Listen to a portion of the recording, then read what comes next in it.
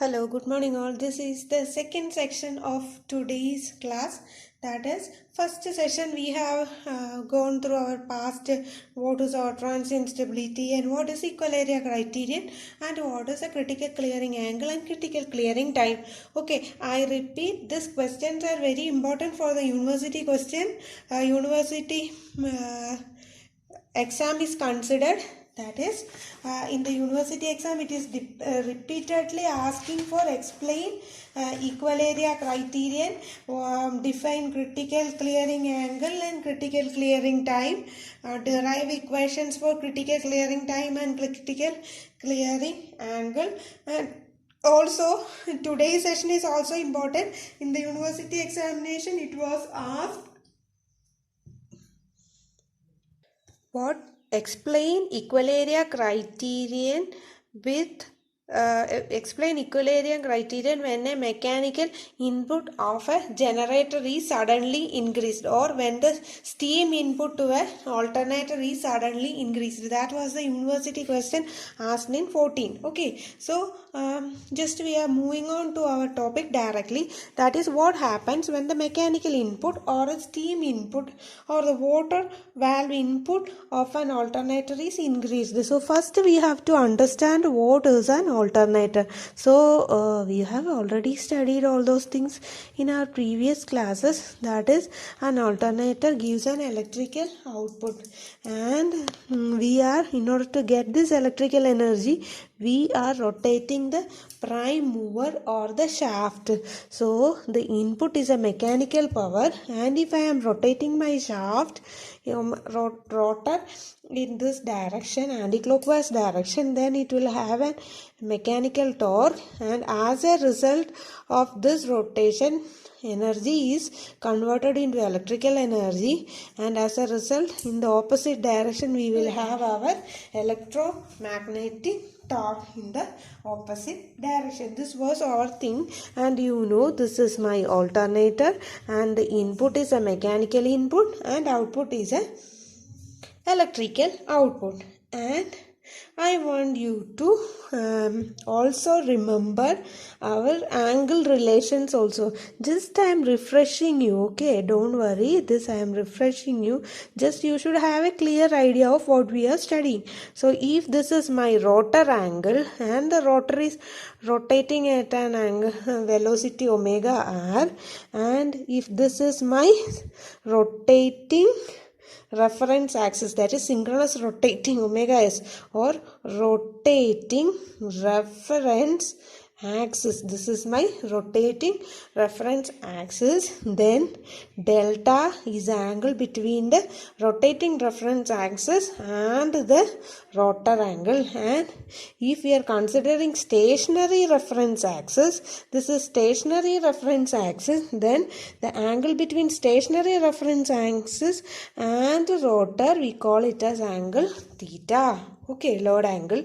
And this is rotor angle or voltage, load angle, torque angle, all this we will call for our delta.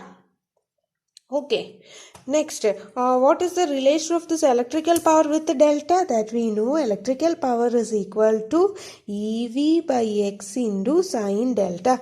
That also you know. Okay, so shall we start with what will happen when the mechanical input is increased? So first I will draw a power curve. Okay, I have drawn a power curve, that is the power curve was PE and delta. That PE equation is equal to PE is equal to P max into sine delta. What is this P max? P max is equal to EV by X into sine delta. So I have drawn a power curve. Okay, so first what we are going to do is, I was assuming my initial case. Okay, so what is my first initial case? I told you it was a pre-fault case or before the fault occurring. Before the fault occurring, what was happening is the system was in steady state stability limit, or the system was in equilibrium point where the electrical power was equal to the mechanical power, and that electrical power equation was P max sine delta 0. So the electrical power was equal to mechanical power in a stable condition. So the accelerating power Pm minus Pe was equal to 0. That means no acceleration. No acceleration means the rotor was rotating at a speed omega r, which is in log with omega s. So the rotor angle was also constant. Omega was a constant and rotor angle was also constant. Okay. So at that case, that was the initial case. Okay. So the rotor angle is delta 0. And at that delta 0, my electrical power was equal to mechanical power. That was the first case. Okay. So what I did, soon after that, I have added a disturbance. What disturbance I have added? I have suddenly increased my motor power to, or mechanical power or input to the rotor or the steam input. I have increased to a state 1. Okay. So this was my initial state. I have noted it as 0. So suddenly I have increased my mechanical input to a 0.1. How can we say that? So this from PM0, I have increased my input to a point PM1. Okay. So what happened? So when I have introduced the disturbance, present case, that is integral PA d delta, we have to find out that PA, no, in this, that is our PA is equal to PM minus PE. So here PM I have introduced to PM1 and PE was our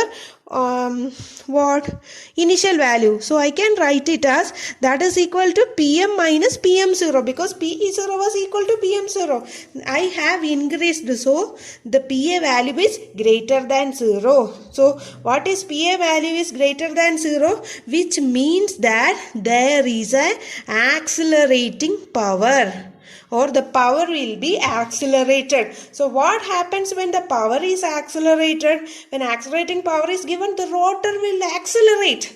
When the rotor will accelerate, what will happen?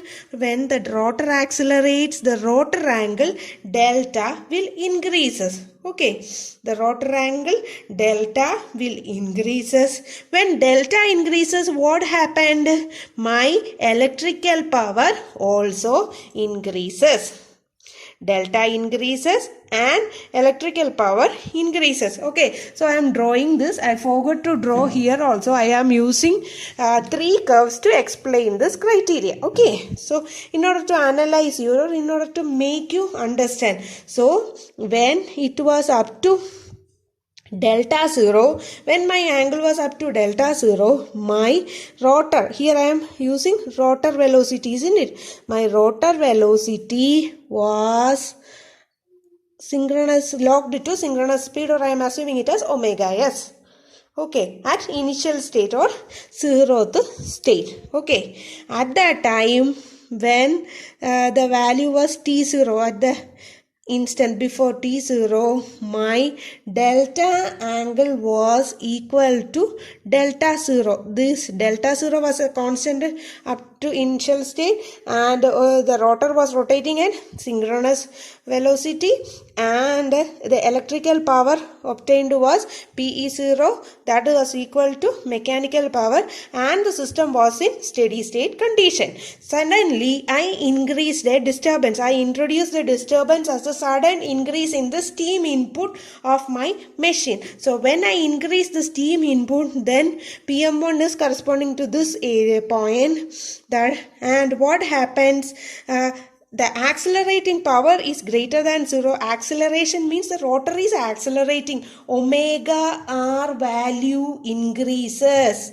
Okay, so I should say at a steady state condition, delta value was a constant, isn't it? So under steady state condition, delta value was constant, that is change of delta with reference to time was a constant. Okay, d delta by dt was a constant. Okay, so what happens when that d delta by dt, I can write this delta angle. What is this delta? Delta angle is the angle between omega r and omega s. Here what is the leading one? Delta, I can write it as omega r minus omega s. You will get the angle between these two, you will get delta, isn't it? So this is velocity and these are velocity, this is angle. So in order to convert it into velocity, I am differentiating. D delta by dt is equal to omega r minus omega s. Since my accelerating power is greater than 0, accelerating power is greater than 0 means my omega r increases. Rotor is increasing its velocity. Because of that, delta is increasing. So what will happen in this case? If my omega r is increasing, that means d delta by dt is equal to omega r minus omega s. Before it was 0, but now omega r is increasing, so d delta by dt is also greater than 0. Here accelerating power is greater than 0, d delta by dt is greater than 0 means the change of rotor angle with reference to time is increasing, that is delta angle increases, and this delta angle increases and the electrical power also increases. So it will move on and increase. So delta increases, correspondingly electrical power increases, and what will happen then also PM is higher and electrical power is lower. So again accelerating power will be there. Omega r again shoots up. As a result of omega r shooting up, what will happen? Again our delta angle increases. Like that it will increase. Do I have to repeat? Shall I repeat once more? Okay, my initial case PE0 was equal to PM0. So, what happened? I have suddenly increased my input. So, when I suddenly increased my input, then my omega r increases. So, here this omega r starts to increase. And what happens? My delta will also increase. So, my delta also starts increasing. Isn't it? My delta also starts increases. So when my delta increases, my delta will move to some other point, delta 1. So corresponding to my delta increase, my electrical power increases. So again, we are considering PM is greater than my electrical power. So again accelerating power will happen and it will accelerate our omega r. As a result, delta angle will be increased. When delta increases, corresponding electrical power will increase. And finally, it will reach up to a point 1. So I am calling this point 1. At this point 1, my system will reach to a point delta 1. Okay. So what will happen? When my input is suddenly increased, PA was an accelerating torque and delta increases, PE increases, and our electrical power increases up to the point 1. At point 1, what happens is my electrical power, my mechanical power is equal to the electrical power. When my mechanical power is equal to the electrical power, then I should say the accelerating power is equal to 0. Okay, at point 1, the accelerating power is equal to 0. But what is happening? Due to the inertia of the rotor was accelerating, isn't it? The rotor was increasing in speed. Okay, and the speed increased from here. It reaches a point 1 delta 1, isn't it? Similarly, I am plotting an angle. Delta 1, corresponding to this delta 1, my speed increased and reaches the angle delta 1. Okay, so this was delta 1. My speed increases. So at initial stage it was 1500. Now the speed increased up to, I am assuming it as 2000. Okay, my speed increased up to 2000. So it was increasing already. Okay, so here my delta at T0, at my time T1, it reaches and it suddenly reaches to my point, that is delta 1. Okay, so it reaches up to delta 1. So from time this angle was increasing, this omega s was increasing, or acceleration was increasing, and delta was seemed to increase. But now when it reached at the point 1, what happened? Accelerating, this mechanical power is equal to electrical power, and the accelerating power was equal to 0. But since the rotor was running or rotating at an angular velocity omega r, and our delta was increasing also, because of the inertia it continues. Okay, so the delta still increases. The delta still increases means the electrical power is again increasing. Electrical power again increases means what will happen? It will leave this point and this delta increases and it will reach to this point. What happened? Again delta increases, like that it will move up to some point. Okay. So it will move to some point, that is electrical power also increases. When it goes on like that, when it moves on like that, in that case our accelerating power is equal to now the electrical power, isn't it? Mechanical power remains at PM1, but our electrical power is moving on to some other point. It haven't reached PE2, but electrical power increases, which means that our PA is less than 0, which means that our system is decelerating. Our system is decelerating. Okay, so what happens? That delta value, that delta, d delta by dt is equal to omega r minus omega s. This omega r was increasing, some 2000 it was, and omega s is 1500 itself. So that value is greater than 0. D delta by dt value is greater than 0, which means that the delta is again increasing. Okay, here the increase was exponential, but now because of the deceleration, what happens when decelerates? Decelerates means the omega r value. When we are giving decelerating power, the rotation is decelerated, or the rotating speed is decreased. So omega r decreases. Okay, when omega r decreases, that means this value is greater than 0, but the rate of increase of omega r is decreased. The rate of increase of omega r is decreased, which means here it was increasing exponentially. After that, the increase was delayed like this, not exponentially, but the increase was reduced, and it will move on to a point, a new angle delta 2. Finally, it will move on to a point. I will call this point as 2, and this point I can call it as delta 2. Okay, so if this is my delta 2, then I hope you understood. That is, here first it was my initial state. I have increased my mechanical input, so as a result accelerating power happened. Because of the accelerating power, omega r increases, so alpha increases. When alpha increases, electrical power increases. So still mechanical power was highest, so again accelerating power, omega r again accelerates, then delta increases, corresponding electrical power increases, again it is accelerating power, so delta increases, and finally it reaches the point such that this our PE1 is equal to PM1. In that time accelerating power was equal to 0, so I should write this area as my accelerating area.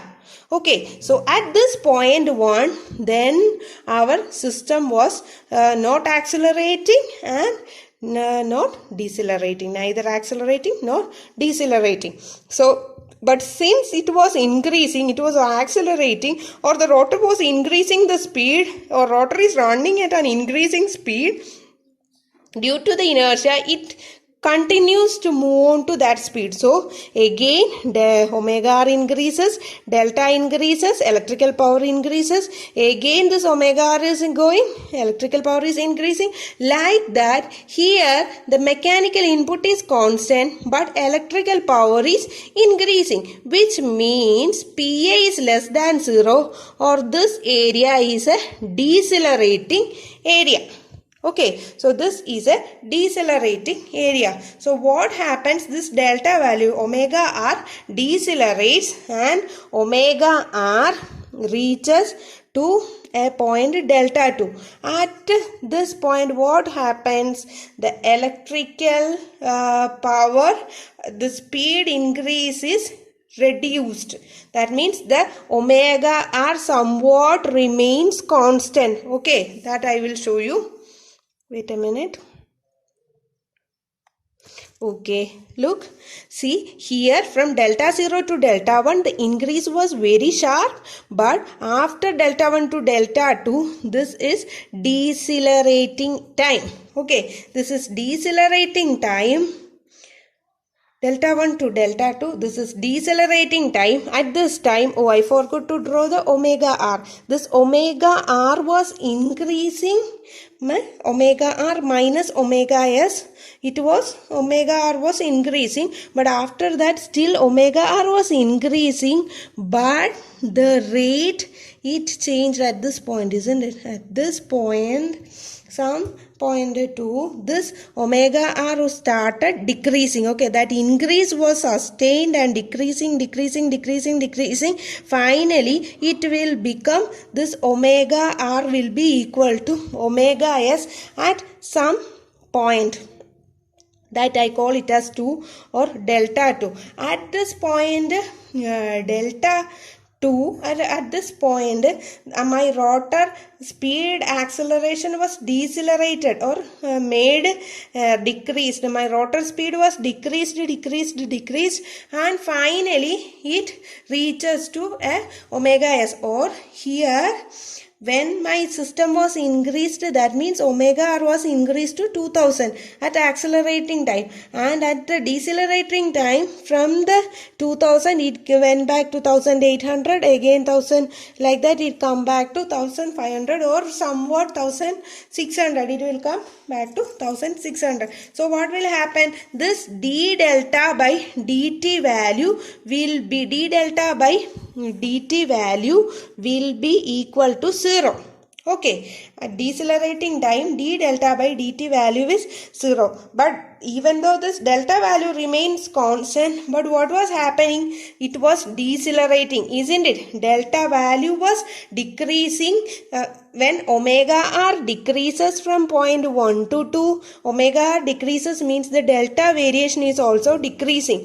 So after the point 2, when this delta value, omega r is synchronous speed, then when the delta value decreases, and when the delta value decreases, then what will happen, it will go deceleration, again my delta value start decreases, and it will come to our point 1. Say from 2 it will come back to our point 1, or I should say the same point delta 1. Okay, so this was also deceleration. So here it was acceleration, then deceleration happened, again deceleration happened, d delta by dt, it became constant for some time, but due to the deceleration this value delta decreases, or due to the deceleration the omega r value again decreases. Okay, and it again decreases and it come back to our decreases. So this was also deceleration, and this omega value decreases and it comes back to our omega s value. Then what will happen, deceleration, and at that time our accelerating power is equal to Pm minus Pe. So now PE decreases and the accelerating power again becomes greater than 0. So what will happen? During the deceleration, it will come decelerate like this. After the first acceleration, due to the deceleration, it comes to delta 2. Again, it will decelerate, come back to delta 1. But the deceleration continues and it moves down. But it won't reach up to PE0. Okay, it decelerates. At that time, PA value will be greater than 0. So again, it accelerates. Okay, again it accelerates and it reaches a point. It accelerates and the speed increases. That means delta increases. So even though it reaches at 0.1, somewhat in between 0 and 1, again this delta value increases and the oscillations will go on, or after some times it will sustain. Similarly here also it will move back to omegas r. Similarly it will move like this. The oscillations will sustain if the system is marginally stable, or the oscillations will die out if the system is in stable condition. That is, these oscillations are within the delta CR, critical clearing angle. The oscillations will die out. Okay. So, in order to conclude, I have to tell you that I am taking three states 0, 1 and 2, isn't it? So, to conclude, what should I tell you was, while I was moving from my 0th state, initial state to first state, then 0 to 1, it was acceleration, isn't it? It was acceleration, and we said it was acceleration because PM input was greater than electrical power. If PM is greater than electrical power, we will say it is acceleration. Then from 1 to 2, it was deceleration.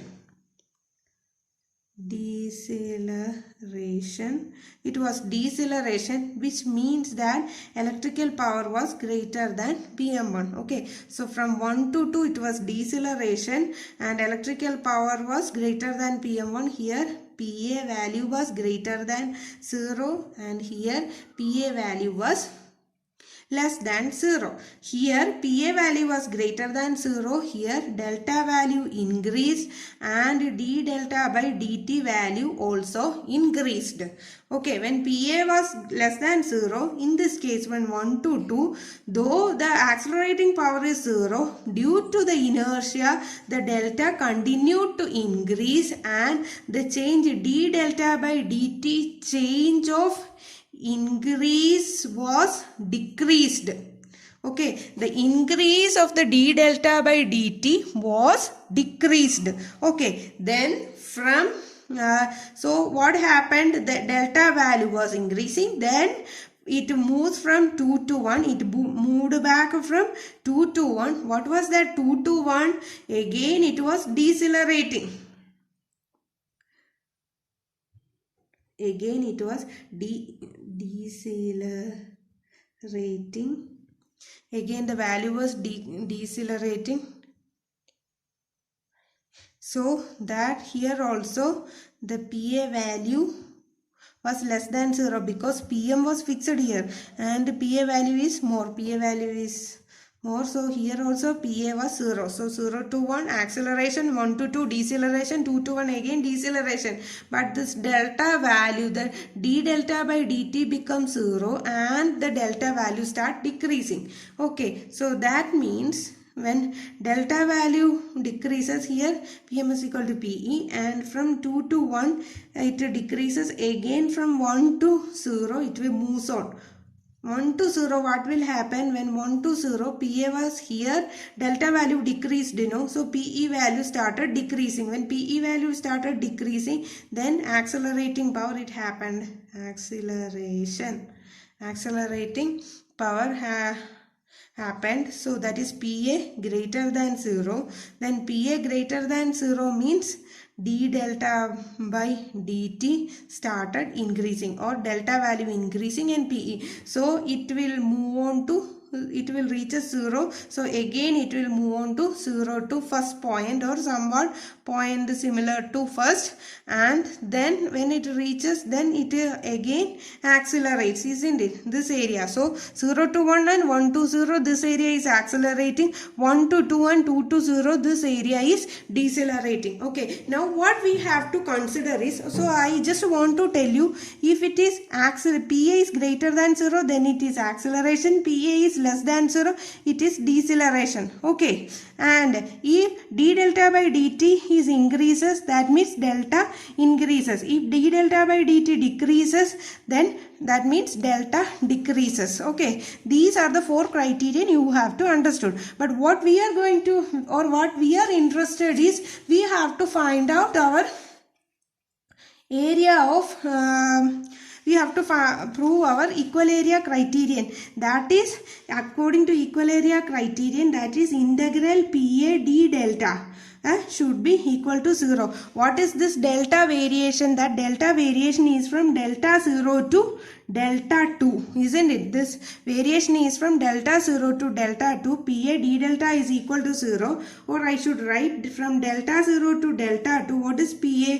PA is equal to PM minus PE into d delta is equal to 0, or I should say, from, I can split it as integral PM into delta 0 to delta 2 into d delta minus integral delta 0 to delta 2 PE d delta is equal to 0. Here PE is equal to P max of sine delta. Okay, that also we should find out. From here delta 0 to delta 2, from this delta 0 to delta 2, our PM is the same one, isn't it? So I am drawing it very clearly that from this delta 0, from this delta 0 to delta 2, my PM is the same. Okay, so what is the area under this? So this will be the total area, isn't it? This entire area. Okay, so minus delta 0 to delta 2 PE. So in area under PE is, here it is PE, isn't it? So delta 0 to delta 1, this is the area for PE, and delta 1 to delta 2, this is the area of PE. Okay, shall I number it? So this is 0, 1, 2. I am numbering it as 3 and 4. Okay, so I should say this area, in area of PM d delta, no, that area will be, that is area will be area under, it will move on to delta 0, then we will move to 0.3, then it will move to 0.4, and then it will move to delta 2. That was the rectangle, and here what is the area? That is PE. PE is delta 0 to that is delta 0, then we have to move to PE value, no, PE 0 or 0th point, then we have to move to first point, then we have to move to second point. That is in area under PE means this is the PE curve. So 0, delta 0, 0, 1, 2 and delta 2. And we have to move to delta 2. So we have to find minus the area. So what will be the common area? Or I can also write it as, that is this is accelerating area, no? So I can write it as from delta 0 to delta 1, PA is PM minus PE, or P max sine delta into d delta, and from that is equal to this accelerating area. From delta 0 to delta 1, it is accelerating area, isn't it? So that is equal to, from delta 1 to delta 2, it is decelerating. So integral delta 1 to delta 2 decelerating means P max sine delta minus Pm into d delta is equal to 0. This is the equation we have to solve. Okay, we have to solve to get our value. Here also we should find out like this. Here the value is Pm into d delta, that is delta 1 minus delta 0 minus Pmax into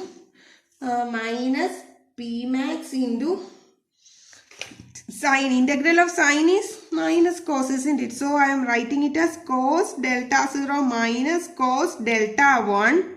Cos delta 0 minus delta 1 is equal to delta 1. That is here again Pmax cos delta 1 minus cos delta 2. Pmax cos delta 1 minus delta 2 minus mechanical power. This is Pm1, okay. Pm1 into what is it? Delta 2 minus delta 1. Okay, this, if these areas are equal, then we can say our system is stable. Okay, or we should say that this was the total area for our mechanical power. So I am drawing it. So what I am doing, just I'll enlarge. Okay, first.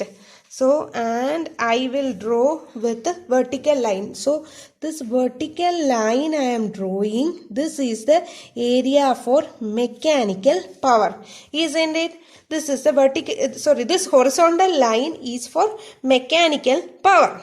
Okay, horizontal line is for mechanical. What is the area under the electrical power? This electrical power area, it will be like this, isn't it? So, this is the electrical power area. This will be my electrical power area. This will be my electrical power area. So this grid is the common area and this is the remaining area. Okay, this grid is a common area, common for both the left hand side and the right hand side. So only we have to find this upper triangle or area under acceleration, this accelerating curve, no, this area under acceleration. I told you, no, this accelerating area, I'll tell you. Okay, I have told now, this is the accelerating area and this is the decelerating area. This accelerating area is area 0, 1, 3. Okay, so this accelerating area is PA is equal to area of 0, 1, 3, and for decelerating area we have to find out 1, 4, 2. Okay, 1, 4, 2. If the area under the triangle 0, 1, 3 is equal to the area under triangle 1, 4, 2, we can say our system is stable. Okay, and one more thing is happening. We have to find out up to what area this delta 2 angle, up to what limit this delta 2 can be varied. Okay, so that the delta 2 can be here, like that. It can go to anywhere. Okay, so I am again redrawing because I have already made this power angle curve a little ugly. So you can't understand if again I am explaining on the same graph. So I am redrawing it. Okay. So if my delta increases to delta 1 here, if the mechanical input power was up to here, that is my PM1 was here, then my delta 1 will reach here, no? So this will be the accelerating area, isn't it? This 0, 1 and 3, this will be the accelerating area. So what should be the decelerating area? This area, it should come under here. So this can be a decelerating area here, or our point can come here so that the area will be equal, or my second point can come here so that the area under this the area under this can be equal to the area under this. A1 should be equal to A2 here. Okay, so next our constraint is at the time the angle will be delta 2. We have to find out up to what this delta can increase, or we have to find out the maximum value of delta which can cause or which a system can go beyond losing its synchronism. That delta max I can call it as delta CR, no, critical clearing angle. So up to what value of delta CR we can go? So we can say that if this is my delta 1, if it goes up to here, then no problem. PM1 is equal to PE. So this Pmax can go up to here. Then what is this value? This value can be here. This should be our delta CR. So this is delta 1 and corresponding to here it is delta CR. So the what will be this value? This value will be pi minus delta 1. So the critical clearing angle, or our system can go to a maximum delta value such that the delta should be delta max should be less than pi minus delta 1. If the value goes beyond this point, what will happen? If the value goes beyond this point, which means here it reaches the top and then decelerates, no? But when in my system, if I am considering this point C, if my point comes here, then PM value I have increased up to this and the electrical power is less than this. So in this area our power will be only accelerating. Okay, power will be accelerating means delta increases. What will happen when delta increases? Delta increases means then will PE increase because the curve is coming down only, you know. So delta increases means the system is over damped or system moves out of synchronism. So from delta 0 it was increasing up to the point. See, it is not reducing, or it will increase and up to a point it will come, then it decreases, then again it increases, and if this point goes beyond C means it is increasing its amplitude and it will move like that. It moves out of synchronism. This is the maximum delta angle it is possible. If it is moving, then it will increase if it is coming, and if this is my delta max, and if it is moving out of this, then the delta will increase only. No decelerating power is there. It will move out of synchronism directly. Synchronism, it will move out of synchronism. No need of drawing this. Okay, so it will move out of synchronism, delta CR. So the delta max value should be less than pi minus delta 1. Okay, next, so shall I summarize what all things we have studied? So what happens when the mechanical input is suddenly increased? When mechanical input is suddenly increased, the system will move from 0 to first point, that is accelerating power will be greater than 0. So electrical power increases, acceleration. So this area it is accelerating area, electrical power increases, delta increases. When it reaches at point 1, what happens? Mechanical power and electrical power are equal. So there won't be any accelerating torque, but due to the inertia, delta increases. When delta increases, naturally PE increases. So from 1 to 2, what happens? The PE increases, so PA value is less than 0. That means deceleration.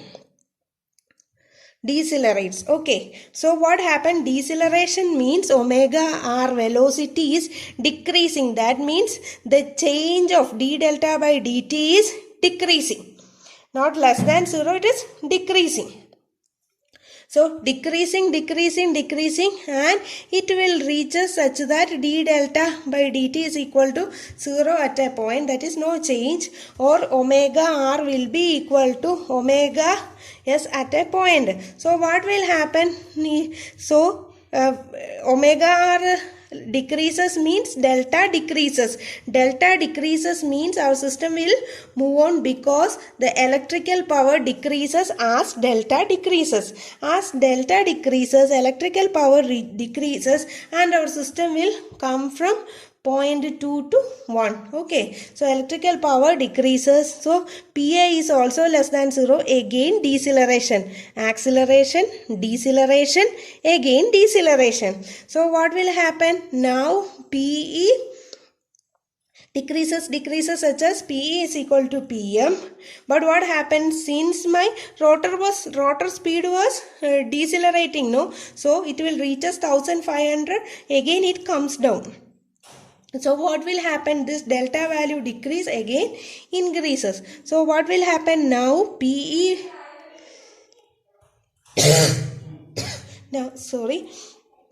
now PA value will be starting accelerating because delta increases, PE increases, so it will come down, but because of the inertia delta decreases. So what will happen? Delta decreases means electrical power decreases and mechanical power is increasing. So what will happen? Again from 1 to 2, 1 to 0, it comes back to 1 to 0, but the thing is accelerating. Okay, because PA value is greater than 0, no, accelerating, but delta value is decreasing.